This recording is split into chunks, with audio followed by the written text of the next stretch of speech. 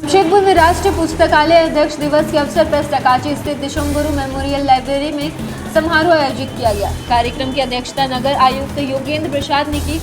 उन्होंने कहा कि डिजिटल युग में भी पुस्तकों और पुस्तकालयों की भूमि बेहद महत्वपूर्ण है। उन्होंने युवाओं और विद्यार्थियों से नियमित रूप से पुस्तकालय आने और अध्ययन की आदत विकसित करने की अपील की। इस दौरान पुस्तकालय कर्मियों के योगदान की सराहना करते हुए पुस्तकालय सेवाओं को और बेहतर बनाने, पठन संस्कृति को बढ़ावा देने और अधिक लोगों को पुस्तकालय से जोड़ने की चर्चा हुई।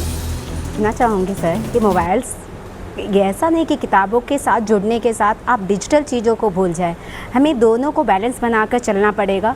दोनों चीज़ को बैलेंस बनाना बहुत ज़रूरी है, क्योंकि जैसे कि आपने कहा अब्दुल कलाम जो थे वो एक साइंटिस्ट थे। उन्होंने टेक्नोलॉजी के फील्ड में बहुत काम किया और टेक्नोलॉजी को समझना आज की जनरेशन के लिए बहुत ही ज़रूरी है। हाँ, शायद कॉपी होता तो शायद वो लिख के उस चीज़ों को अपने भाव को सही से पकड़ कर सकते थे, लेकिन उन्होंने मोबाइल का यूज किया। मैं यही कहना चाहूँगी कि वो ज़्यादातर कॉपी में ही अपने विचारों को ये पुस्तकालय दिवस अर्थात नेशनल लाइब्रेरियन डे है।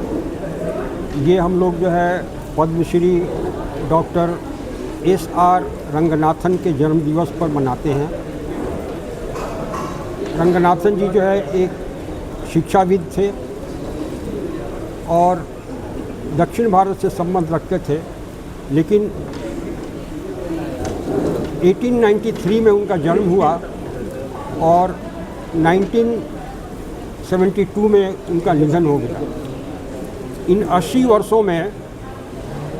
वर्षों में उन्होंने न सिर्फ दक्षिण भारत बल्कि दूसरे प्रांतों में भी जो है लाइब्रेरी की शुरुआत की और मुंबई, दिल्ली, महाराष्ट्र के अन्य जगहों में भी उन्होंने